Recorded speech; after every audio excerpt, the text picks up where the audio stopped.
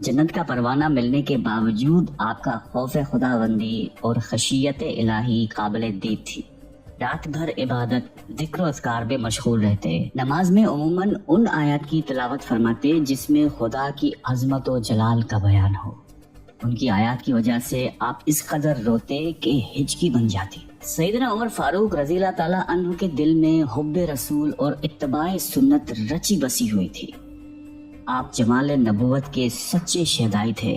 اس راہ میں جان و مال، آل و اولاد، عزیز و اقارب کی قربانی سے پیچھے نہیں ہٹتے تھے۔ زہد و قناعت کا پیکر تھے۔ دنیا کی طلب، حب جاہ و مال سے نفرت فرماتے تھے۔ آپ کی زندگی نہایت سادہ تھی۔ کھانے میں بغیر چھنے ہوئے آٹے کی معمولی روٹی اور روغن زیتون ہوتا تھا۔ خلافت ملنے کے بعد نہایت محتاط ہو گئے تھے۔ فقر و فاقہ اور تنگ دستی سے زندگی بسر کر لیتے تھے۔ نہایتی متواضع شخصیت کے مالک تھے۔ خاکساری کا یہ عالم تھا کہ کاندھوں پر مشکیزہ رکھ کر بیوہ عورتوں کے لیے پانی بھر لاتے تھے، بازار سے ان کو سودا وغیرہ لا کے دیتے تھے۔ آپ کی زندگی رحم دلی سے بھرپور تھی، البتہ دینی معاملات میں سختی تھی۔ آپ اپنے بچوں اور ازواج سے نہایتی محبت کرتے تھے۔ فیروز نامی ایک پارسی غلام نے آپ سے اپنے آقا کے بھاری محصول کی شکایت کی۔ شکایت بے جان تھی، اس لیے آپ نے کوئی توجہ نہ کی۔ اس پر وہ آگ بگولا ہوئے اور صبح کی نماز میں خنجر لے کر اچانک حملہ کر دیا اور مسلسل 6 وار کیے۔ زخم ایسا کاری تھا کہ آپ اس سے جان بر نہ ہو سکے۔ آخری وقت میں اہم وصیتیں کی۔ 3 دن اس کشمکش میں رہ کر محرم کی پہلی تاریخ ہفتے کے دن 24 ہجری کو اسلام کا عظیم چراغ بجھ گیا اور اپنے محبوب آقا کے پہلو میں ہمیشہ کے لیے میٹھی نیند